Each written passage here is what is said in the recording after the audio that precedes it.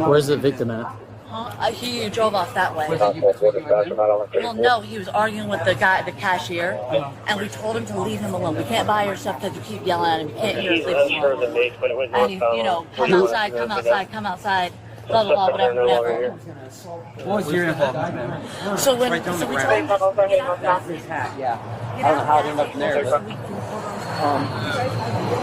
he has to. I mean, he just we were shopping. Just leave the hat right there. He comes in. Apparently, the suspect's 1017's hat is sitting right in there. So I noticed it, and I said, "Hey, I'm just trying to buy my shit, man. Stop."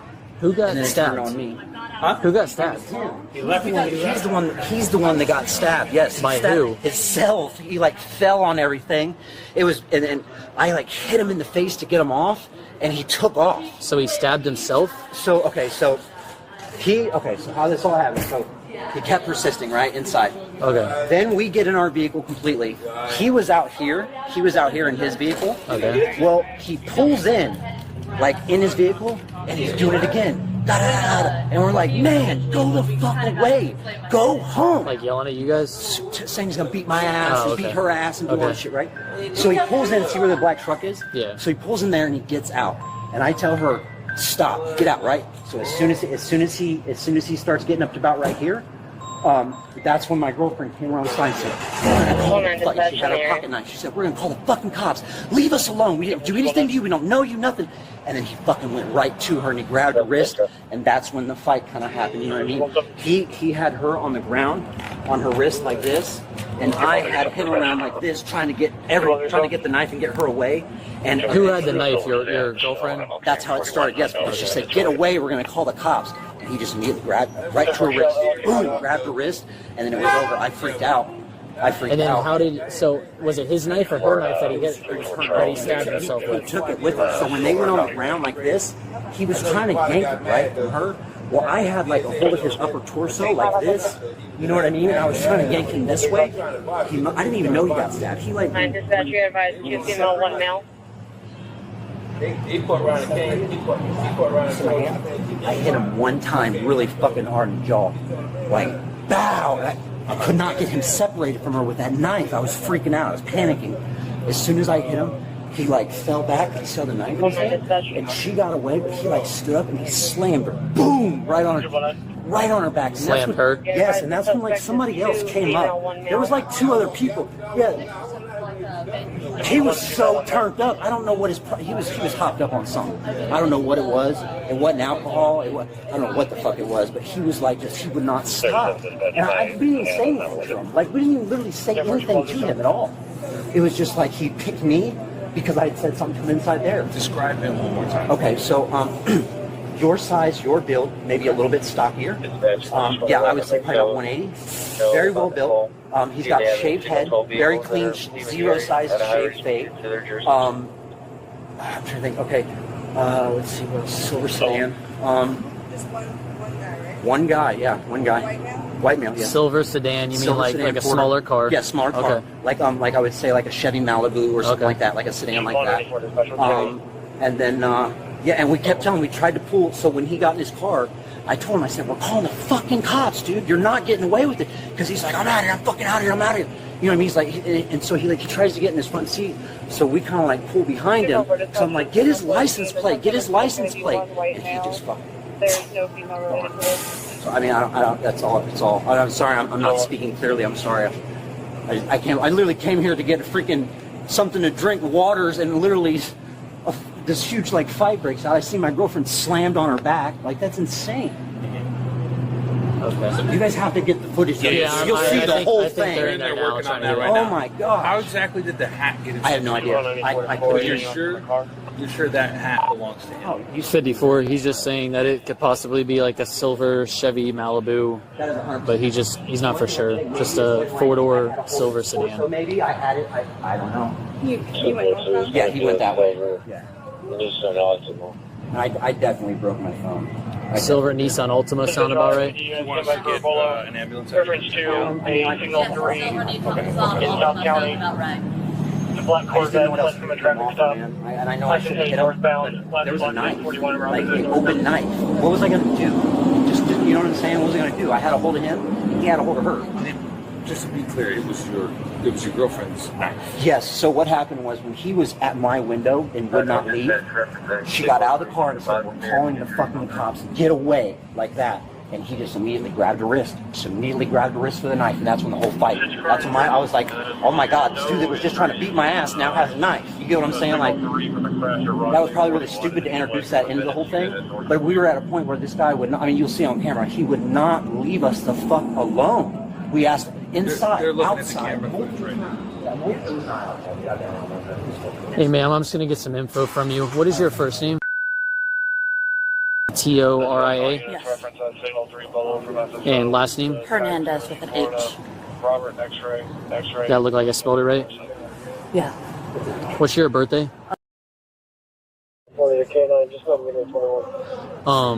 So real quick, I know I already talked to him a little bit.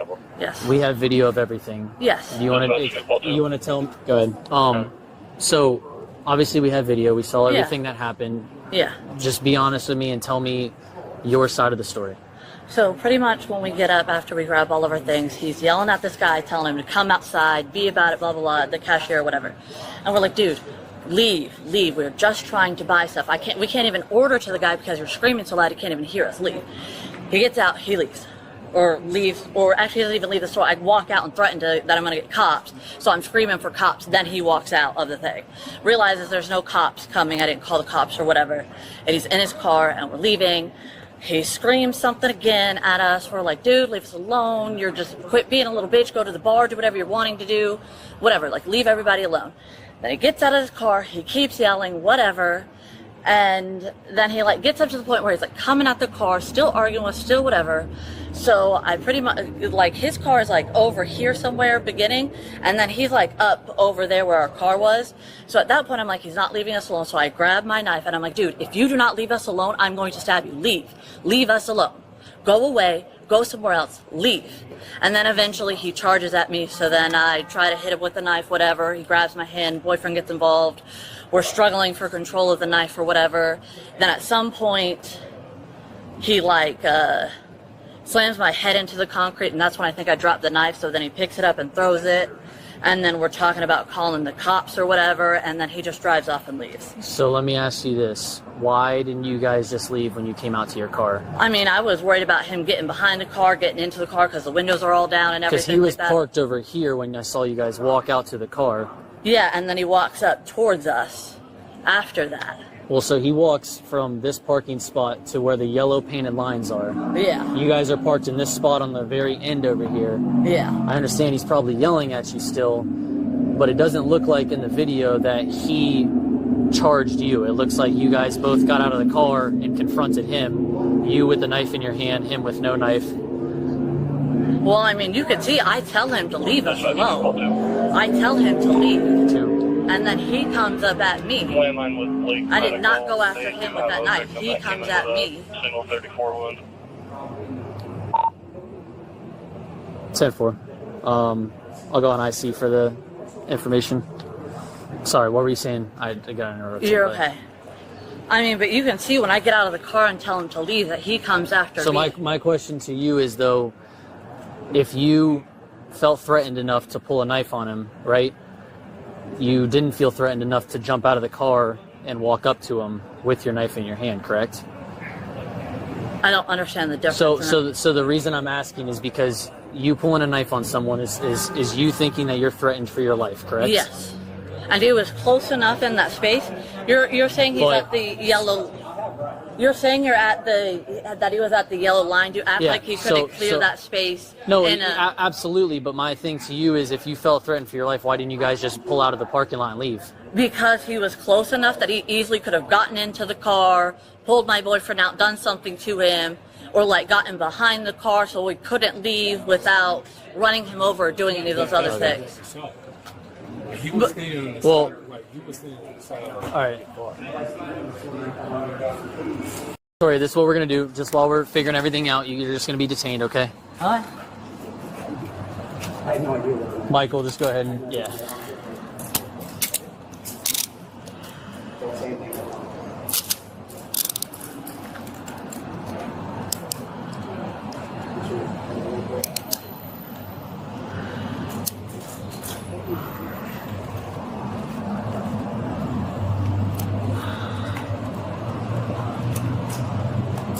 Weird question, but do you have room in the back of your car that I could put a tub in?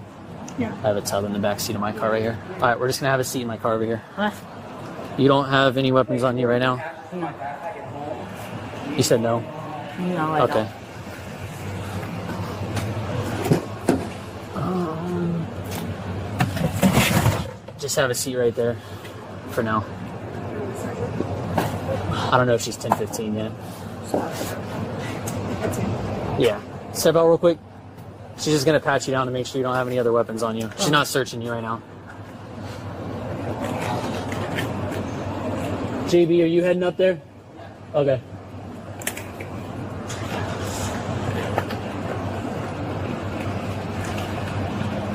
Like you said, I'm just going to pass down real quick. No weapons or anything on you, right?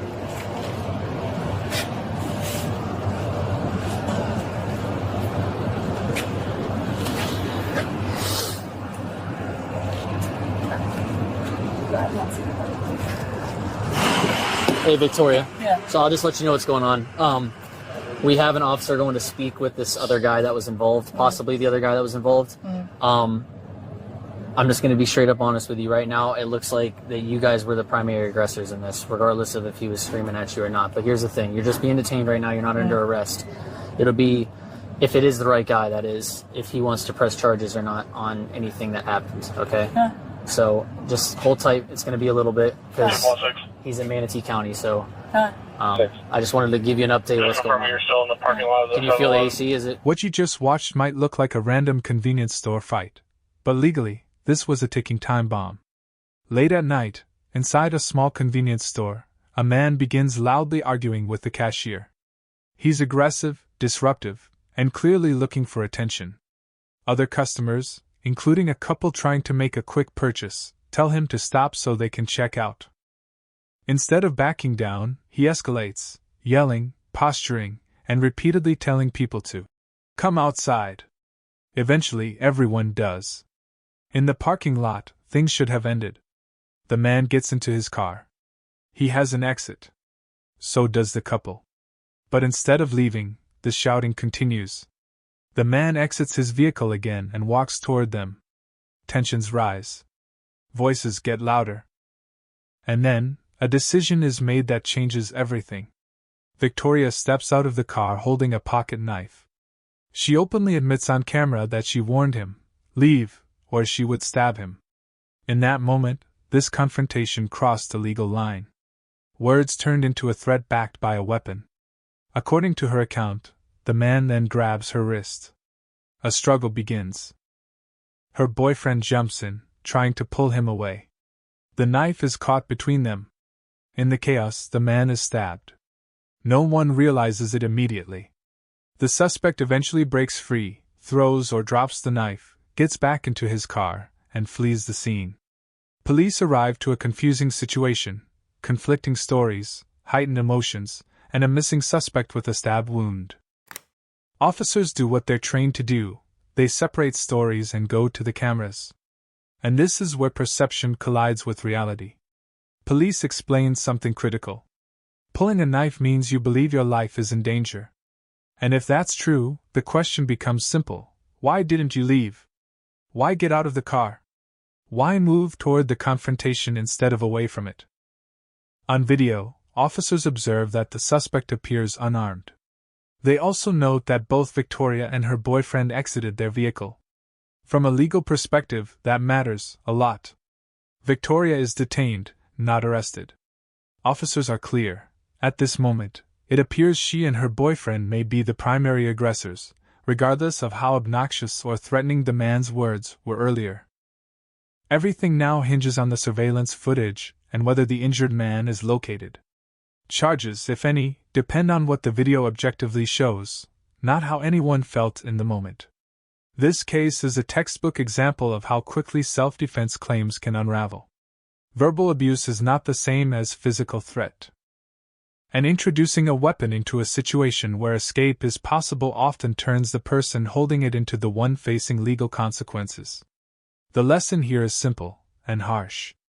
Walking away feels like losing in the moment. But in the eyes of the law, it can be the only move that keeps your life, your freedom, and your future intact. Because once a knife comes out, everything changes.